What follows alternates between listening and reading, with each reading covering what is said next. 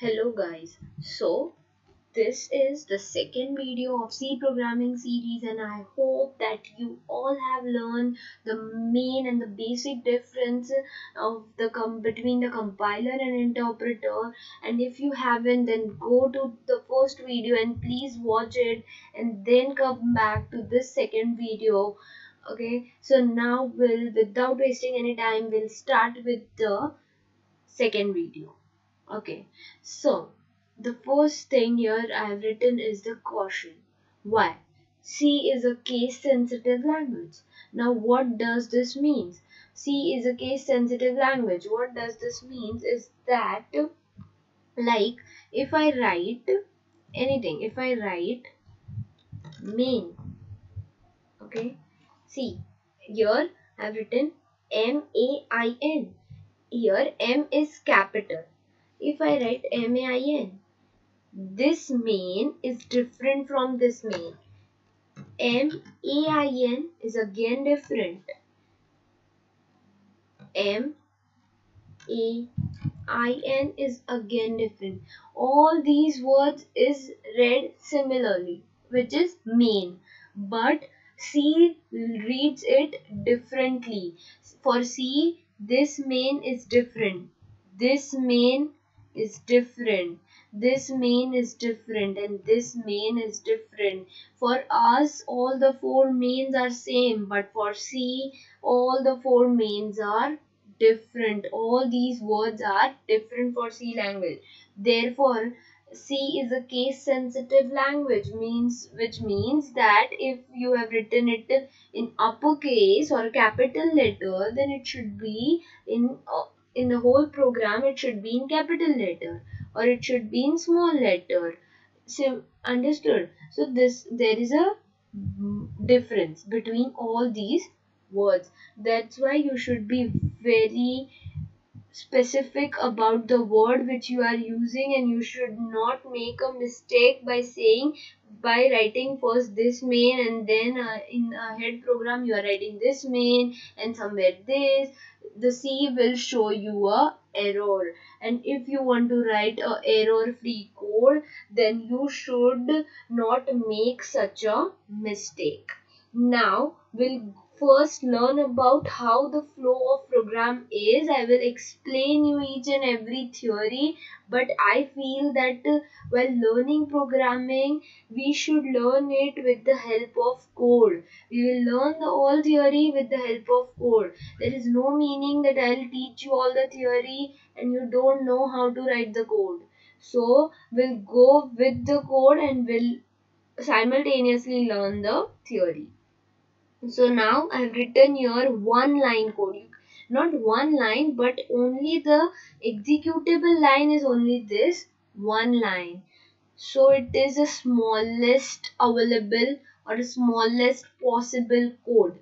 Okay, so now what this all things mean is that it is a syntax.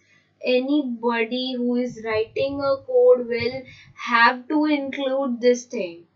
The reason I will tell you ahead in this series of programming, but it is important to write this part. Okay, this is important. Without this, the code will not execute. It will show you error. Then this is also important. This part is also very important, and this is the inside code. Now you will think I have written here curly brackets and then the printf is somewhat coming ahead and then it is coming. Why I have not started from here and why I have started from here. It is a way of writing any programming. It is way of writing any programming. If you leave such spaces, your code will be readable. Your code will be readable and it will easy for others to read if anybody reads your code and understands your code. So this is a kind of code. Now we will read each and every line and understand it. Okay, so here I will give you the whole explanation of this code.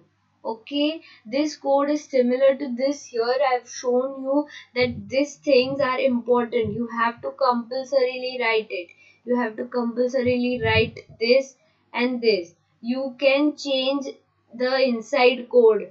Inside this curly brackets, you can change it. Now, what is this? I will tell you here. Okay, now, first thing, hash include stdio.h. Now what is this stdio.h? Stdio.h is a header file. What it is? It is a header file. Now what does this header file mean? I will tell you ahead. Okay, here you need to understand this. It is a header file. You should make a note of all the things which I am telling you, and you will get the meaning of them in ahead classes. Okay, you should write it down and learn it. So it is a header file. Now what is this main, and why I have written here with it round brackets? Why I have done round brackets? So it is a function.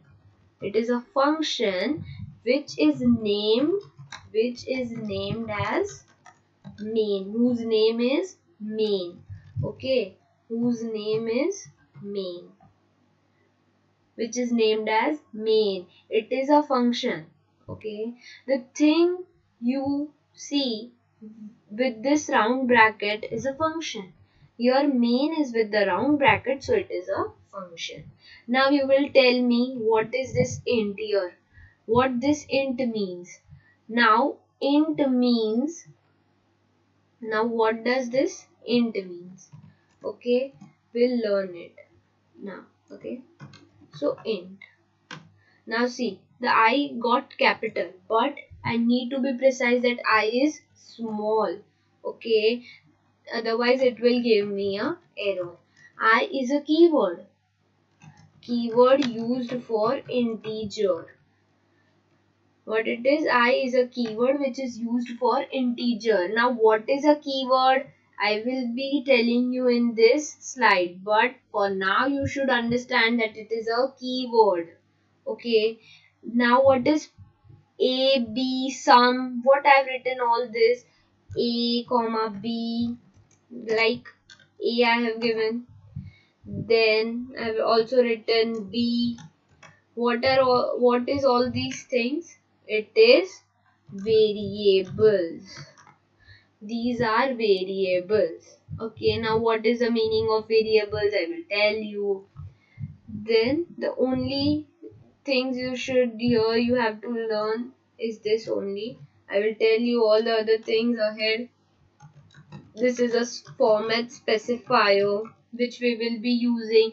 These things all are the basic things. Without the header file, without the main function, without the keywords, without variables, and without format specifier, you will not be able to write any code. For writing code in C programming, you need all these things. That's why I just give you the essence, what all things we will be needing while writing any of the code. Okay, so this is the essence of what all things, these are the ingredients you can say for making our recipe or code.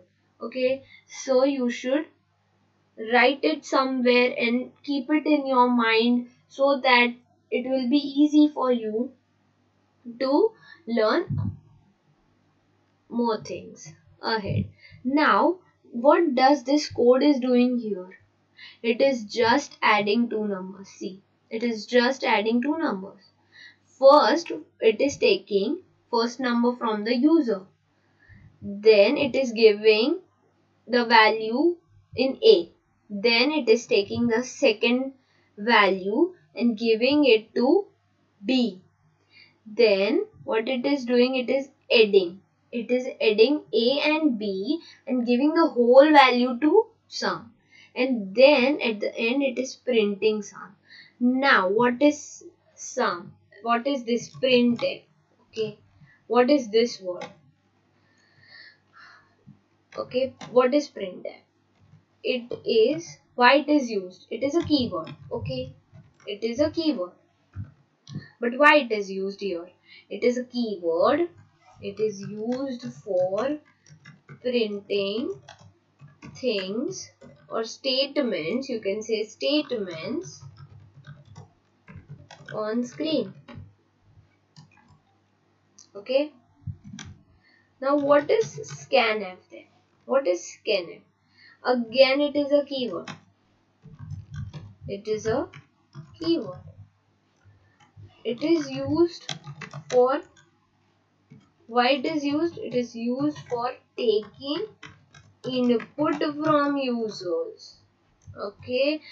Now I know if you read any books or something like that, or any other videos, or your college or school teacher, they will teach you directly by starting by keywords, then directly by header file, then variables, and you will be like, I'm not in this video, you will be like, I'm not understanding.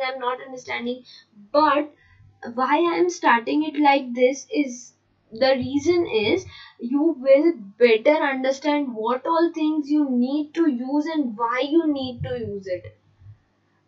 Just by learning theory and understanding theory, you will not be able to write the code. That's why here I am showing you the whole code, and here I am writing what this code is telling you. Okay, and why it is written so this all important things we have removed from this code and have learned from this. Now we will go in detail in everybody's detail. Okay, what this keyword, what this header file, and everything will go in detail. Now first is variables. Okay, here what was the variables? A, B, sum was the variables.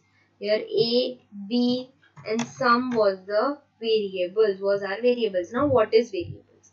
Variables in above program, A, B, sum are the variables. Now what were the variables? I have written here only that A, B, sum are the variables. Okay. So you need to understand this line. Variables, values will be stored in this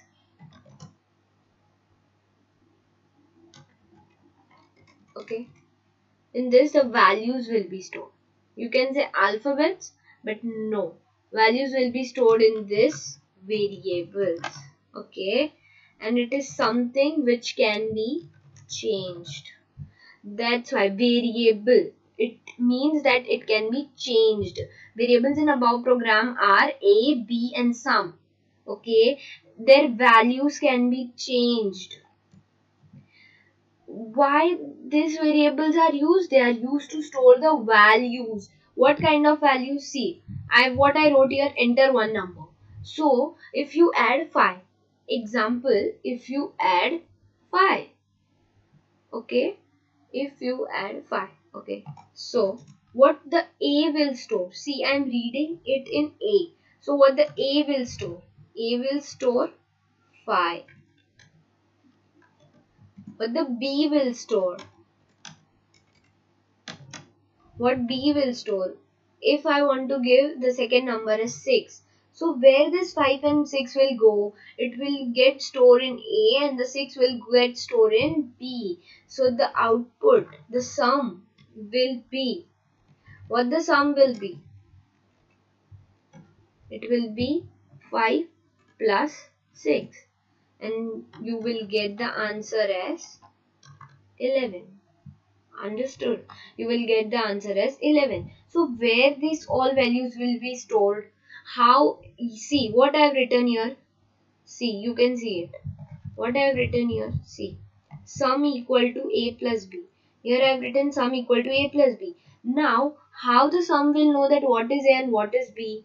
So I am taking the values inside A and inside B. So the values are stored in A and B. Okay. Now variables will have data types. Now you will ask me, what is data types? Okay, now what is data types? So we'll first learn about what is data types. Data types are something Data types. What is data types? Data type is a type of data the variable will store. Okay, it will tell us what type of data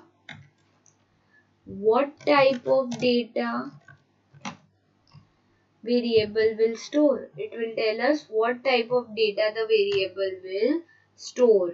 Now here you can see that I have written int a b sum, means int is used for integer. I have written here int is used for integer. So a, b and sum will be storing what kind of values? It will be storing integer value. See, 5 is an integer, 6 is an integer, 5 plus 6, 11 is an integer. If I give input as 5.5, then the C will give me error.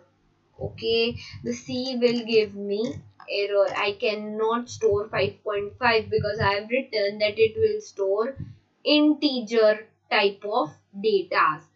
So what are the types of data types? Int is for integer. Okay, int is for integer.